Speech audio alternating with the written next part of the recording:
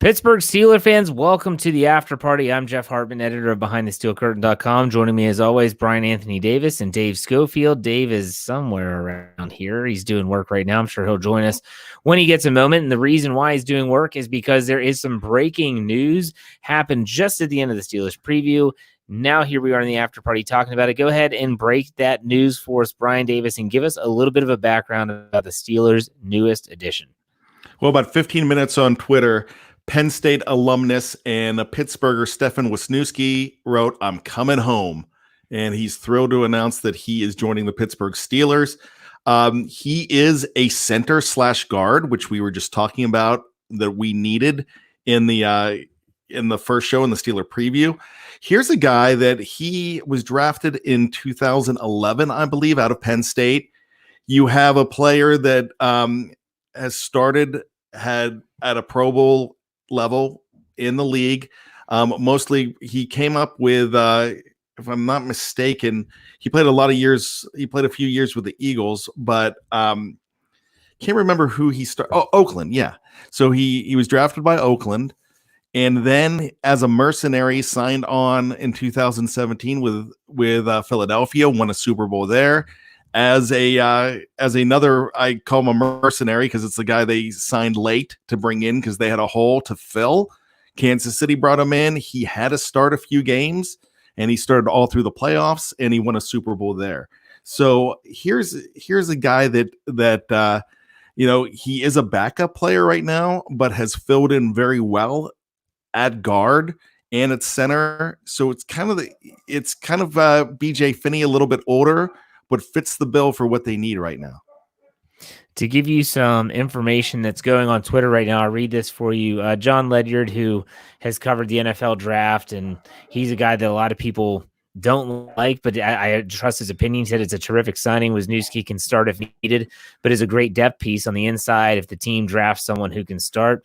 Brian Batko of the Post-Gazette says newest Steelers offensive lineman Stefan Wisniewski has been a guard the past 4 seasons, but played center his first 5 years in the NFL with the Raiders and Jaguars. Basically, he's the new Finney.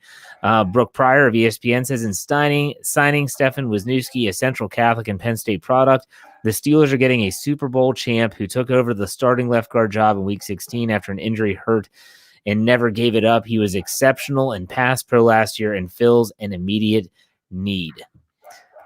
I don't think you can ask for much more from a free agent signing. I think this is good, whether it's for just depth or whether it's to step in and be a starter. I think it was Reed that might have said somewhere in the live chat, here it is, I'll put it up on the screen. He says, draft is definitely BPA and best player available all day. Because when you make that move, and we don't know the financial ramifications of this yet. I believe it's a 2-year deal. But when you make this move and you bring in this veteran offensive lineman, which is something that I've been saying I wanted them to do because we knew Ramon Foster was going to be gone. We knew that BJ Finney was probably going to leave as well. Say, bring in someone that has the experience that can play. He fits that bill. I mean, now the NFL draft, you're looking at, they could go any number of positions, right, Brian? You agree? Absolutely. This opens up a lot for them. If something happens that he wins that starting job, you keep Filer at tackle. So you have more options right now. But when you're talking about the draft, you're not handcuffed to having to get that offensive lineman right now. It could be more of a choice and you decide what you want to do. But I really like this signing for the reasons. This is what we've talked about for a long time, what the Steelers need. Pieces of the puzzle, and nobody puts together a puzzle better than the Pittsburgh Steelers. Not a lot of teams do. No, you're right. You're right. And I love what he said on Twitter. I'm coming home, and I'm coming to win. And that's what we want to hear. Steeler fans love that type of stuff. Just like when Derek Watt went and he said, I want a bunch of Permane sandwiches and stuff. I mean, fans eat that. They eat it up. Like, just absolutely eat it up. So this is crazy stuff here. Obviously, there's a lot of stuff going on, and we're going to try to keep you all glued into this as much as possible. Taking a look at the live chat and just seeing what people are saying. Wes Hickok says moves like this are why Pittsburgh is so successful. They're saying that the man knows how to win a Super Bowl. Reed Overand says the contract's probably backloaded like all the free agent signings last year. I probably agree. So I personally, let me ask you this, Brian. I don't think they're done making moves. No. Okay. So they've made 2 over under free agent moves in terms of, let me rephrase that. Over under free agent acquisitions 4. You taking the over under? They're already at 2. You think they make 2 more moves? I like the push on that, actually. Okay. And you think they're gonna make 2 more moves? I think it's possible. And they're not going to be sexy moves, but they're going to be good fit moves. Okay. I kind of agree with you. I could see them going 3 and maybe trying to make another decent. Yeah, I think this is a really good signing. I think it's a really good, one of those signings that's not gonna, it'll make headlines in Pittsburgh, but it's not gonna be on national news. Like, oh my gosh, the Pittsburgh Steelers signed this offensive lineman. I think they could make another similar move, not necessarily in the offensive line, but what other positions would you say they would target in free agency if you could pick? Tight end, possibly. Okay. Because you're still not deep there. Would you get Eric Ebron? Like, would you pay him a decent amount of money? No. I don't believe in him. I wouldn't either. I think he had 1 year where he was really special. The other 4, he was pedestrian. So I say no to that. If they do it, I wouldn't be smashing out my screen. I'd be like, all right, let's see what Ben could do with him. If he could do the same thing that a guy like Andrew Luck was able to do with him. But I just don't really think they're going to do that. It's funny because a guy like Jimmy Graham went for a lot of money. Where did he end up going? Chicago. Really? And it was not a bargain basement. It wasn't a veteran minimum signing. So, I could see them making moves like a Watt, like a Wisniewski, guys like this that isn't lighting anything up. I mean, but I called a guy during our break and he was thrilled because, know who this guy is, especially around this area, knowing Penn State football. The Wisniewskis. You definitely, if you do pay attention, you've known who this guy is. And I would probably expect anybody that is listening to this show or watching this show in March knows their personnel and knows their football a heck of a lot better than just your average Joe fan. But the thing about it is, I was looking last night after they signed Watt. I was on Bleacher Report looking around, and they were grading the signings for the day. Derek Watt was not included. He wasn't even given a grade. And I don't care that Derek Watt wasn't given a grade, because as a Steeler fan, I give him that grade. We can go back in time and say in 2006. Now, I usually know who these guys are. I had no clue who Ryan Clark was. I was completely underwhelmed with the signing of Ryan Clark. I was like, who's this guy? And now when you talk about great safeties in Pittsburgh, and great free agent signings, you're always going to mention Ryan Clark. So that's the thing. When they signed Hardings, it wasn't a huge deal. People didn't go crazy for it. But they know how, and the national media didn't make a big deal out of Hardings being signed all those years ago. But it was good enough for a Super Bowl win, and they knew what they had. So Pittsburgh knows how to get those underrated guys. They're not going to sign Tom Brady. They're not going to sign that big, sexy pick that everybody's looking at. They're going to sign a smart player that fits their organization, and they did it again. Yeah. You knew they were doing something. Mark Cabala of The Athletic said it on Twitter today. He said the Steelers had created enough space in salary cap space to sign their draft class and to be comfortable, in case they have injuries and stuff like that. He said, but they're making more moves, which tells me they're not just making space to make space. They're making space to make moves.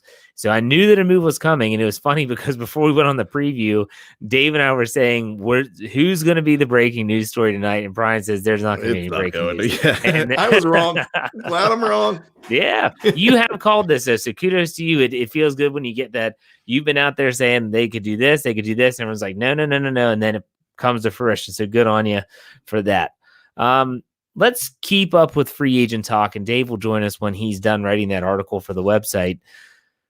My question in this, what I wanted to start the after party with today was everyone is keeping, at least I am, I can't speak for everyone, I guess, has been keeping an eye on everything else that the rest of the division has been doing. The Ravens, the Browns, the Bengals. Everyone likes to make fun of the Browns. The Bengals pay Trey Waynes way too much money. And so everyone laughs. And then the Ravens go out and trade for Calais Campbell, and everyone's thinking, crap, they just got another really good player.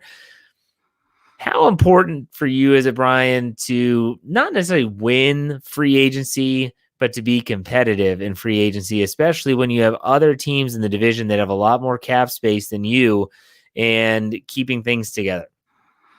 A fool and his money will soon be parted.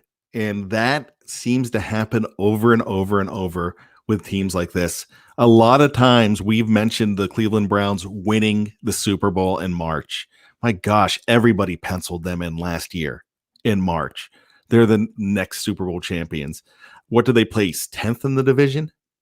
The division, in the conference. Yeah, I think so.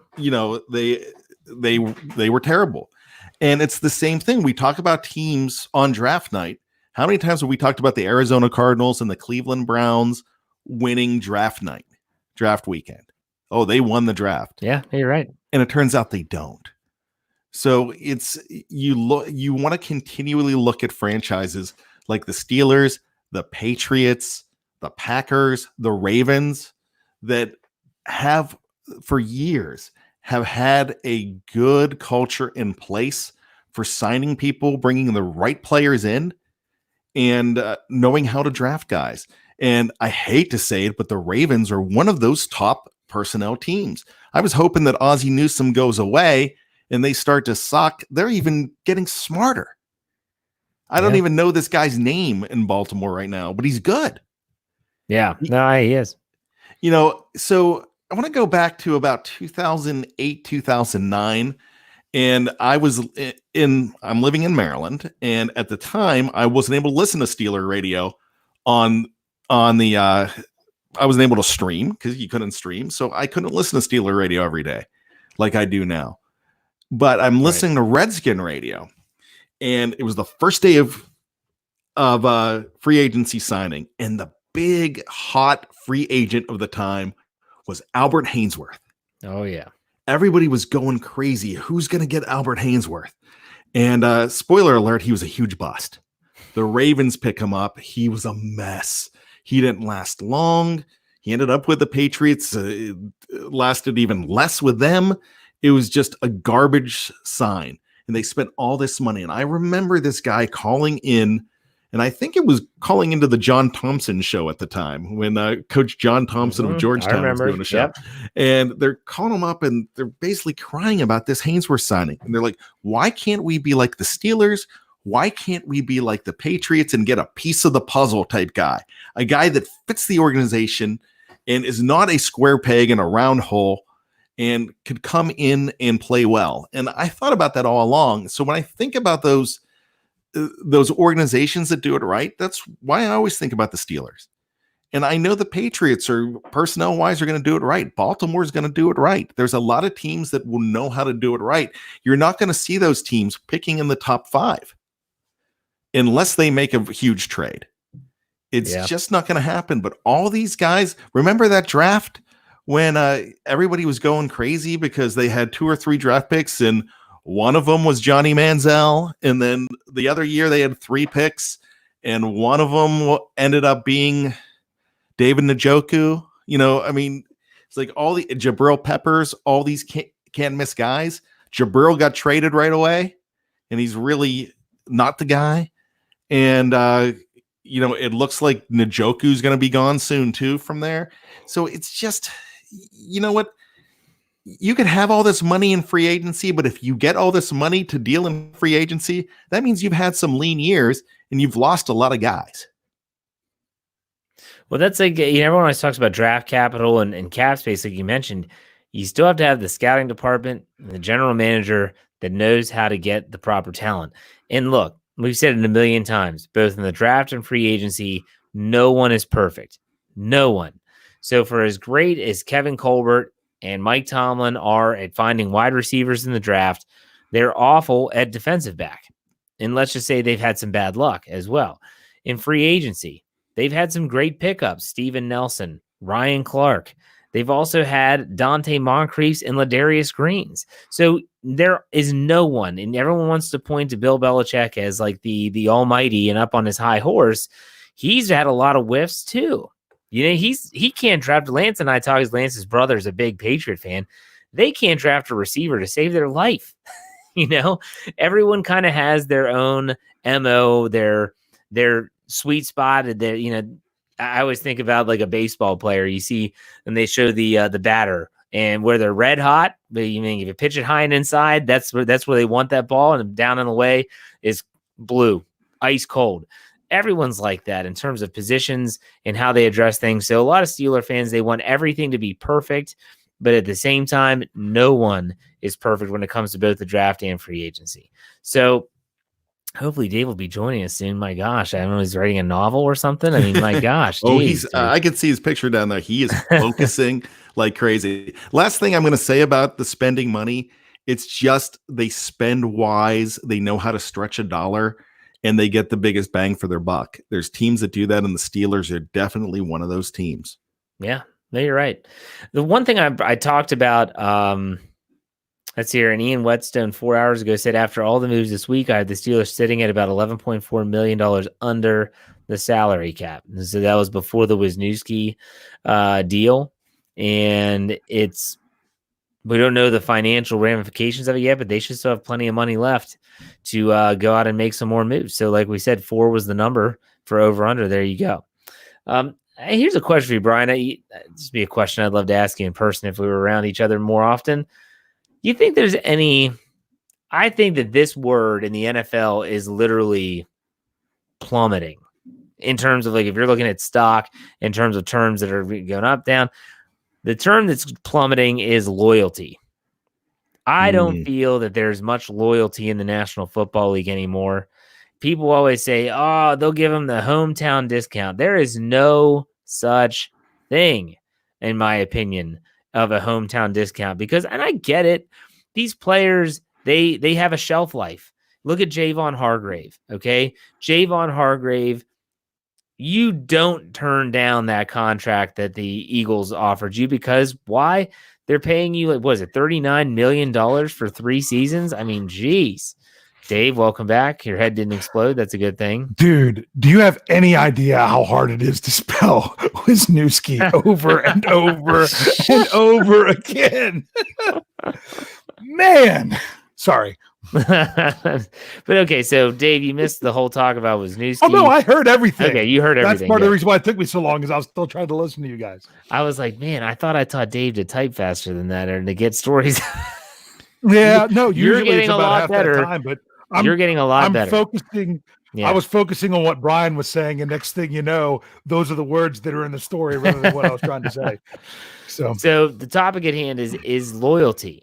You know, and the Steelers typically were an organization that did have loyalty. There were players that said, I will take less to play for this team. Is it just me, or is that really not happening that much anymore, Brian? You're a dying breed if you're doing that. But you know what? A lot of these players too, it just depends if it's their first or second contract. With Javon Hargrave, of course, he's not going to do it on his first contract. You might think of a hometown discount if you are set and ready to go and you value winning more. I mean, like, you know, it's very easy to say, now he just split town, but Tom Brady, all those years, you know, he had a wife that was, making more money than him. So he was one of the lucky ones and he was still, I mean, he was able to take less and less of a bonus to, stick around and help that team build. I mean, but, if you're in a situation where maybe you're playing for a ring, like a Ramon Foster might have taken less money to play for a ring. A guy like that at that point might have the loyalty because he thinks that's his best scenario. Or if you think that you really don't have a future in the spot that you stayed for 12 years and you want to hang on and keep on playing, then there's not going to be loyalty because you're going to go with whoever's going to have you, because the team might not have loyalty to you either. Because ask guys like Troy Polamalu and Hines Ward, they don't feel like the team was loyal to them at the end. But it's a business, just like it's a business for them. So, I mean, it goes both ways. But when you're talking about getting paid, as opposed to the 70s and 80s, it's a different world where you're not having guys stick around for 10 plus years. It's a whole lot more rare to see those guys in that situation the entire time. Dave, what are your thoughts? Which, by the way, Ezra gives you some kudos here. He says, just went to the website quickly. Whoa, you're a fast typer. Thanks for the commitment. There you go. No, that was slow. That was really slow, and I apologize. But like I said, that was one of the slowest ones. It's kind of hard to get stuff to fill in for offensive linemen when they don't have stats and stuff. But Yes. it's just what it was. So, but before I answer the question, I have to ask. I haven't been able to see the live chat. So does Lance hate to pick up already, or not? Actually, he kind of likes it. He said that you take offensive guard off the board early in the draft, and like Reed Overhand says, it's probably best player available at this point because there's positions of need, but I wouldn't say one supersedes the other. And you don't have to lock him in as a starter because of the position flexibility of Filer, but he can, if he plays well enough, he is your starter, so you can kind of let things play out. Anyway, back to it. Hometown discount. That's the question, right? Well, loyalty, but more or less. Yeah, loyalty. Yeah. Well, I mean, loyalty to a team, you don't see it nearly as much now because players keep reminding everyone, this is a business. You got to remember, when you're loyal to a team and you're loyal to it, they're not going to be loyal to you. And it's not that they're not loyal to you. It's just like I said about Ramon Foster, age catches up with everybody eventually. So that's it. So sometimes people don't want to know it. The one thing that people sometimes think that they're like, oh, whenever players do a new deal, they should take, in a restructure, they should take less money for the team, blah, blah, blah. That just doesn't happen. Who's ever just going to willingly take less money or whatever? Now, it's still there in some players that whenever, I don't know if it's as much a loyalty to a team or if it's loyalty to an area and the familiarity and everything else with their team. I mean, think about it.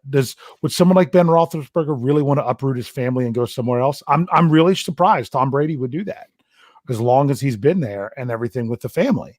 So it's more than just guys playing football. It's about the rest of their lives and the rest and everything else going on with their family and everything else.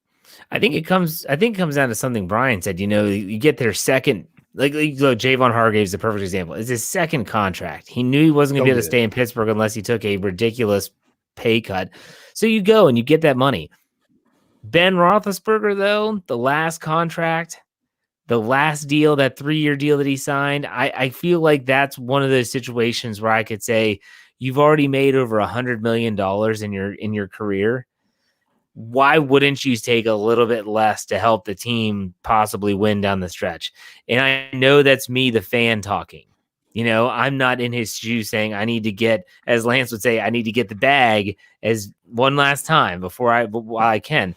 But do you guys see what I'm saying? Like in certain situations where players have been in a certain spot for a long time, I guess I maybe just expect a little bit more. But from a player's perspective, I can't fault a guy like Ben for getting as much as he can. But man, when he's already had so much, I don't know. That's the Dave. Thing. When that's the thing with the fans. They're like, how many millions do you need in order to not stick with your team to go make a few extra millions when you've already made hundreds of millions and now you need to go make, another 10 million? But we're not them. We're not in those situations.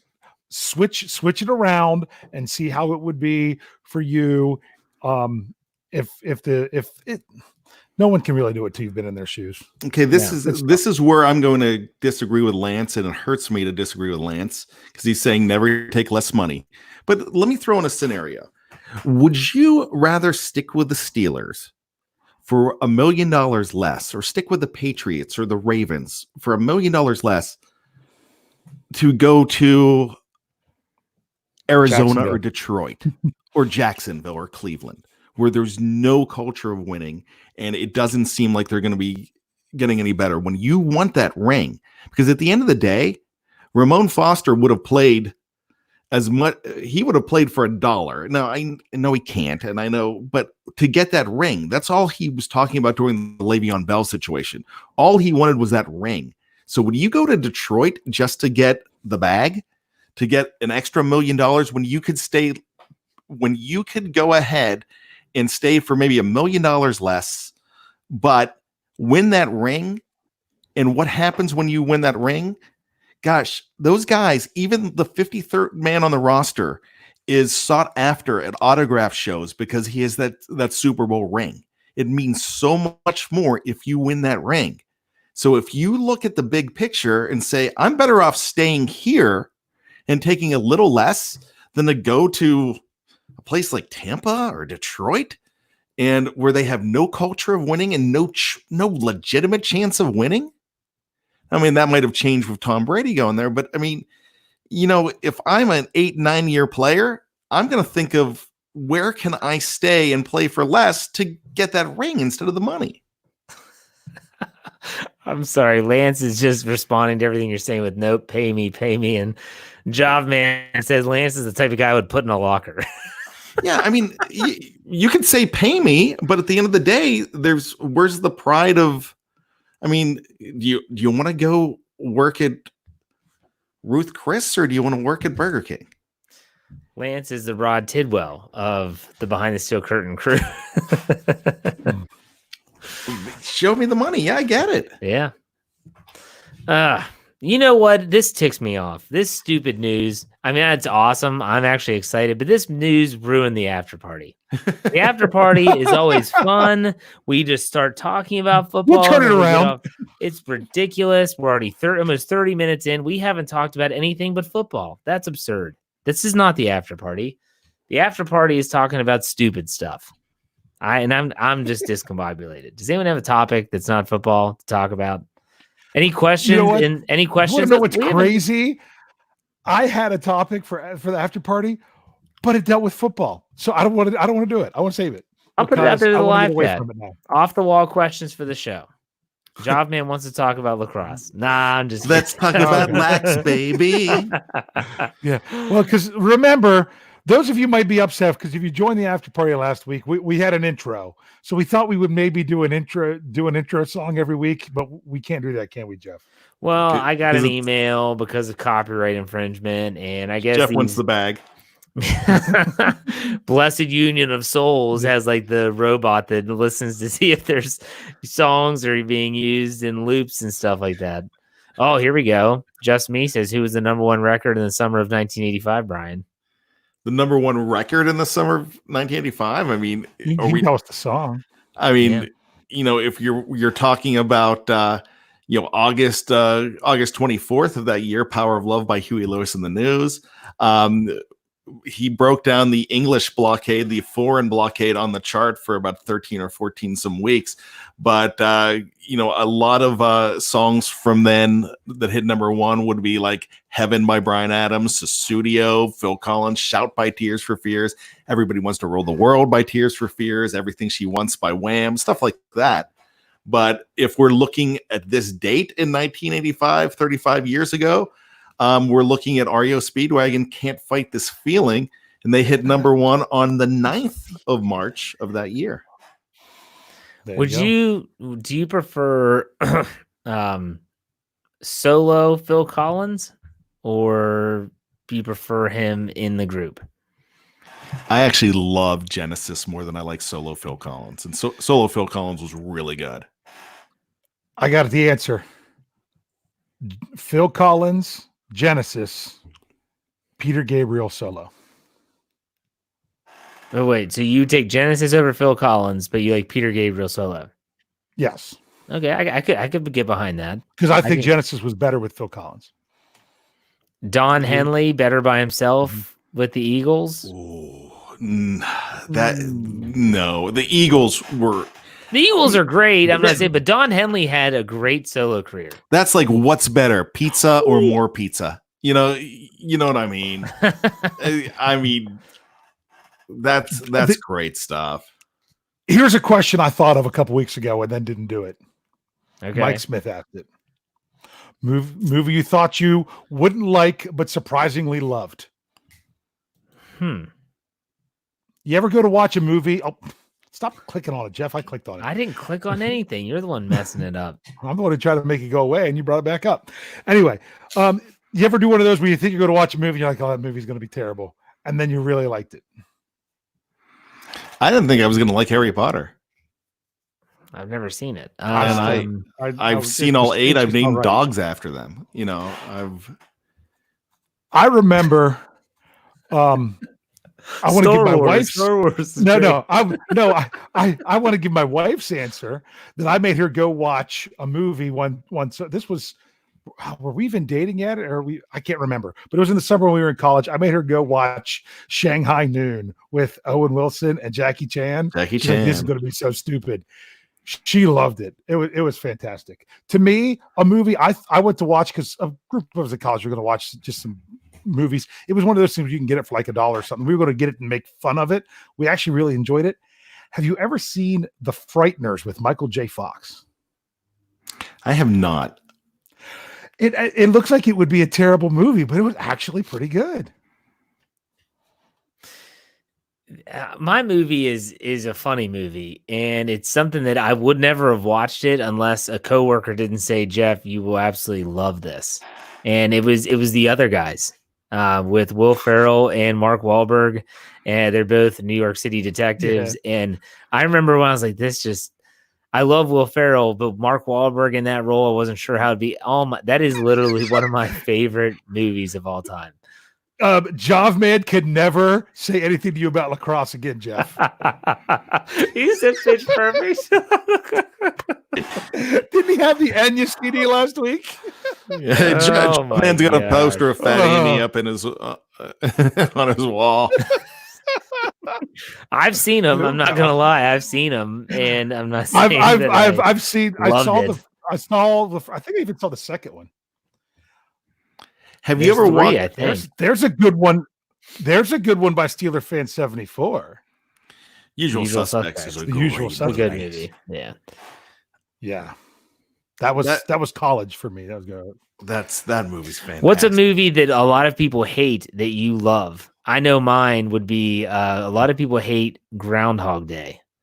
Who hates Groundhog Day? A lot of people hate Groundhog Day because it's just so monotonous. I mean, you have to have a certain sense of humor to get that movie. You know what I mean? Like, I could see how some people wouldn't like that movie, but I love it. I think it's awesome. I think it's hysterical. I mean, there's so many different parts about that movie that are great. But is there any movie that a lot of people would hate, but you actually really love it?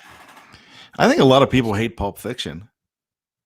That's a good one. I love it. I think that movie's great. The girl I was dating at the time like hated it and wanted to leave in the middle of it. I'm like, you're not going anywhere. Sorry. My relationship didn't last much longer. But did Lance just said Frozen. Oh, that's Let it go, Lance. Movie. That is an awful movie. So bad. Trust me, I've had to see it so many times. It's awful. I'm just good. So let me throw this at you. Do you have a movie that I can bring up that none of you guys have probably never heard of, that I absolutely adore? I think it's a fantastic film. Mystery Alaska. It's not Mystery Alaska, but Mystery Alaska is, guys, bulk me up. It's the wrestling movie that sounds like it's a science fiction movie. Yeah, what is that one? Because he's brought it up several times. The wrestling movie that you brought up? Where the title sounds like it's a science fiction. Oh, Vision Quest. Vision Quest. Vision Quest. Vision Quest is awesome. Mystery Alaska. Mystery Alaska's great because I'm sorry, Reynolds is the judge. Go ahead. You've got Russell Crowe. I got you on a tangent. Go ahead. Watch Mystery Alaska. It's great stuff. But let me give you this film that I bet you guys have never heard of. Meryl Streep's in it, so you guys are going to kill me right away for that. But it's called Defending Your Life. Have you ever heard of Defending Your Life? Never even heard of it. Okay. Here's a guy that he's turning 40. He's going through a midlife crisis, so he buys the midlife crisis car. All right. And next thing you know, he dies. Taking it home he gets hit by a truck and he dies. And what happens after that, he goes to the afterworld, which is a place called Judgment City, where he has to go on trial to defend his life to see if he could go on to the afterworld or if he just goes back and gets reincarnated and basically has to claim that he lived his life without being afraid. And so he has to defend his life. And it's a fantastic movie. If you ever get a chance to see it, Defending Your Life is it. Defending Your Life. Defending Your Life. And trust me, you guys will not, you will thank me for it. Has anybody on the live chat seen Defending Your Life? So Wes says it sounds like a movie I'd sleep through. No, Wes, you would love it. Lance Shaft in Africa. And you know what? I didn't say it to you. I forgot to tell you who stars in it. It's Albert Brooks. Oh, okay. And do you know who Albert Brooks is? He didn't play corner for the Eagles. No, wasn't he the voice of Merlin, Nemo's dad? Yes. Mm-hmm. Yeah. See, got to bring it back to the animated movies for Jeff. There you go. Yep. My kids were watching a stupid one today in the car, so I had to listen to that. What was that one? Nomeo and Julie. With let's see, Jason Statham is a voice. All the Elton John music. And that's the only saving grace of that series. Sir Elton John. I'm sorry. Here's the thing. When you look at animated, just check to see if it's Pixar. So I'm kind of a Pixar snob. I'm like, hey, it's going to be more Pixar for me to really enjoy it. Yeah, I was talking to my wife about Frozen. Lance brought that up, and I was like, I don't think it's a good movie. I don't think it's a good storyline at all. And I've never seen the second one. My kids did. They went with their grandmother to watch the second one. And I was like, there's other ones I'd like better. They have this song in the middle of it that sounds like it's supposed to be like Into Chicago. the Unknown. No, that's from the new one. That's from Lost in the Woods. Mm. And it seems like, and my wife always thought it was kind of a monotonous song until if you really listen to the end of the credits, Weezer does it. Really? And it's actually pretty good.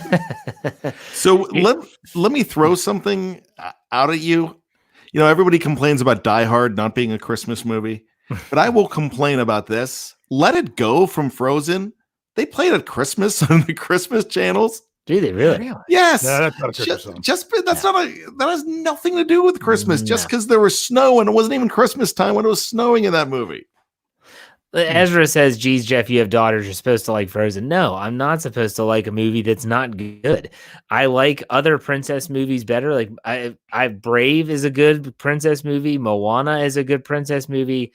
I don't like that at all. Just don't. I don't. And I love some of these animated movies. They're hilarious.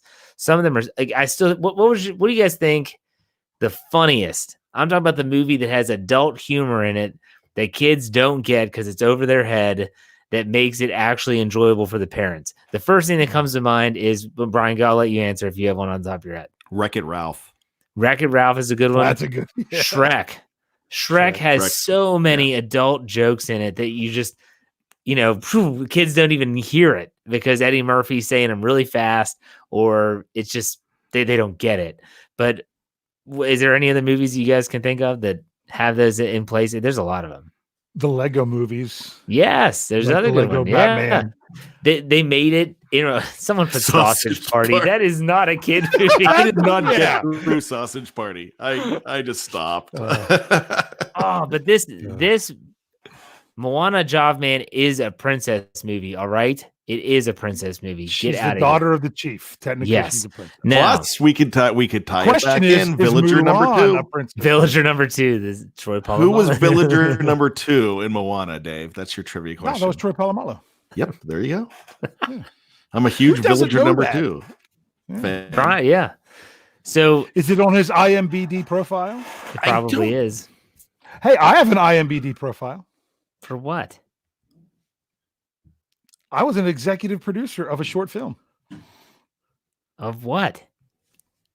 It's called The Spark. You can go look it up. I believe you. What's it about? I don't know. You don't know? Really want to know what it was? $5 and became a. It was someone who a friend of my wife's from high school. She actually edited my novels for me back when I wrote them. So more recently, and kind of like of a payback thing, I said that I would be one of the producers of her short film. So Nice. It's one of those There things. you go. So I'm there. Wow, I'll have to look up Dave on the IMDb. IMBD. Well, something in the live chat. No, it's sparked my- IMDb. Whatever. No. Doesn't matter. No, it's IMDb. Yeah, Did database. I say BD? Well, I'm Yeah. thinking of BAD. I don't know. So, Amish porno. oh my gosh. So Oh my goodness. this actually sparked my I was thinking of something. I had it, I was gonna bring it up and forgot. Someone said something in the live chat that got me thinking, okay, we all like stand-up comedy, right? Yes, I know Dave, you like stand-up, Jade. Yes. Love it. Yeah. Think about comedians that have put out it used to be a DVD or an HBO special. Which stand-up sticks out in your mind from your favorites? And there's a lot of them. And you could go back to Richard Pryor. You could go back to, Bill Cosby back in the day, before all that stuff. And who is it for you, Brian? Growing up, it was Eddie Murphy. That was a big deal for me. I was 12, 13 when he was. In fact, I got grounded because of an Eddie Murphy cassette because I was not supposed to have it. And my dad came back home and I was listening to it. I got a lot of trouble. So I was just obsessed with that, but I was 12 or 13. But for me, Bill Cosby himself was a pretty big deal. I thought, you just put aside everything and you listen to Bill Cosby himself. It's a great film. It's a very good comedy film, but I'm a Steve Martin guy. Mm-hmm. And one of my favorite, it was just like a throwaway line, and I'll never forget it. I don't know whether it was on, I don't know what album it was from, but it was like 78, 79 at the height of his career. And he was like, yeah, the other day I was washing my cat. I was giving my cat a bath. And he's like, a lot of people say you're not supposed to bathe your cat. They're supposed to do it themselves. But that was great for me. The cat loved it. First stuck to my tongue. But other than that, it was a great experience. Guess you have to hear Steve Martin tell it. No, I'm sorry. I'm messing with you, Brian. I'm messing with you. What about from stream? Yeah. What about you, Dave? Okay. When I was a kid, I used to listen to go to sleep. I had multiple Bill Cosby cassette tapes. Now, Jeff, this is before your time, so you probably don't understand this. Brian, what would you do with a 2 cassette tape boombox in order to get one tape to play and then the other? You had the double, if you had the double deck? Well, yeah, because you had 2 of them. You hit you play could on the press first play one. You hit on pause the on the second second one and play on the second one. And it'll play, knock pause, it over. Play. It'll lock it over. When play pops off, when it gets to the end, it starts the other one. Bill Cosby tapes every night going to sleep growing up. I even saw him in person recently, right before all this other stuff. Yeah, I was probably there with you. I was in the 3rd row. Big spender. I was in like the 7th. So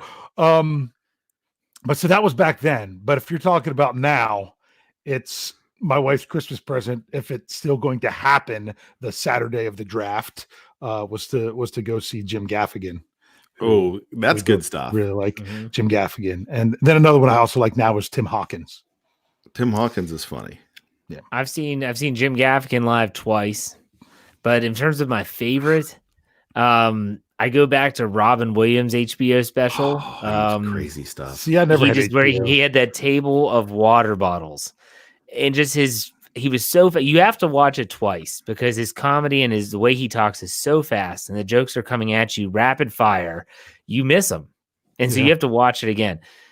Go watch Dana Carvey's HBO special back like during the OJ trial. We're talking mid-90s. That's hysterical when he does.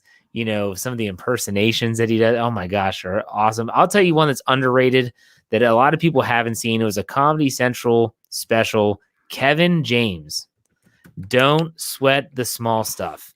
You can look it up on YouTube.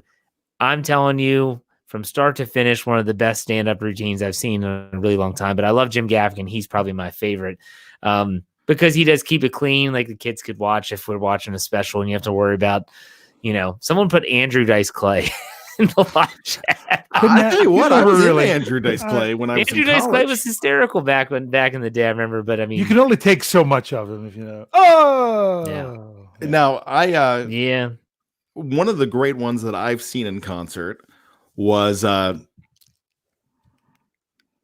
forgot his name. No, Tracy Morgan. I saw Tracy Morgan on the night before the Super Bowl, night before the Nipple Super Bowl. I'll never forget it. It was a great weekend. Tracy Morgan was really funny, and he's actually coming to our area, and he's supposed to come in like March or April. But he was a really good show. If you get a chance to see anybody live, it's so much better because if they're really good with the crowd, they could just make magic with the mic. And now I do want to, before we wrap this up, I want to throw out a plug for a comic that has his first album coming out, his first CD, I guess, coming out in April. And it's a guy from more of the area where you grew up in, Dave, in Western Maryland. And as you know, that I have just been playing around with stand-up comedy, and I've gone to open mic nights. And I met this guy here, and it's a fella. He actually owns I believe he owns a comic book store in Western Maryland, but he was a professional wrestler on the small circuit, and now he's a comedian, and he's very funny. His name's Tate Griffin, and I just pre-ordered him on iTunes, and he has his first album coming out, and it's pretty good stuff, and he's popping up all over doing dates in the Northeast. So if you get a chance to see a guy like this, a new up and coming guy, he's really funny. So I just want to throw out a quick plug for him with his first album coming out. Who knows? Maybe in 10 years, we're talking about this guy. Never know. Never know. All right, Dave, anything else to add? Anyone else for the good of the order? Or are we good to go? I guess we're good. Hey, one last Steeler thing. What's that? There was a report by a Jets reporter that they tried to sign Wisniewski, and he chose the Steelers over the Jets. I saw where they were looking at him. Loyalty? Hometown team? I think that plays a role maybe for some people. So there you go. All right. So I hate that the breaking news kind of ruined the start of the after party. For those of you that watch often, it's normally a lot crazier than this, but we had a lot to talk about. So I hope you enjoyed it. Make sure you check us out next Thursday, for another episode of the Steelers Preview. Be safe, everyone. Be kind. Be patient with each other throughout this crisis that we have going on our hands. And we will see you next week. Take it easy.